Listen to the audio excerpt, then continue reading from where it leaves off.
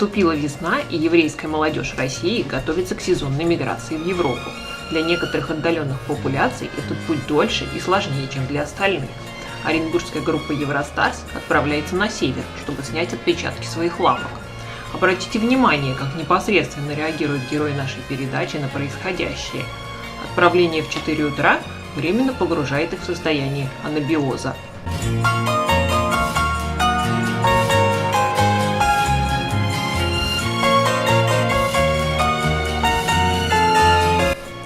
Путешествие по российской провинции дается им нелегко, но они стойко переносят все решения на пути к своей цели.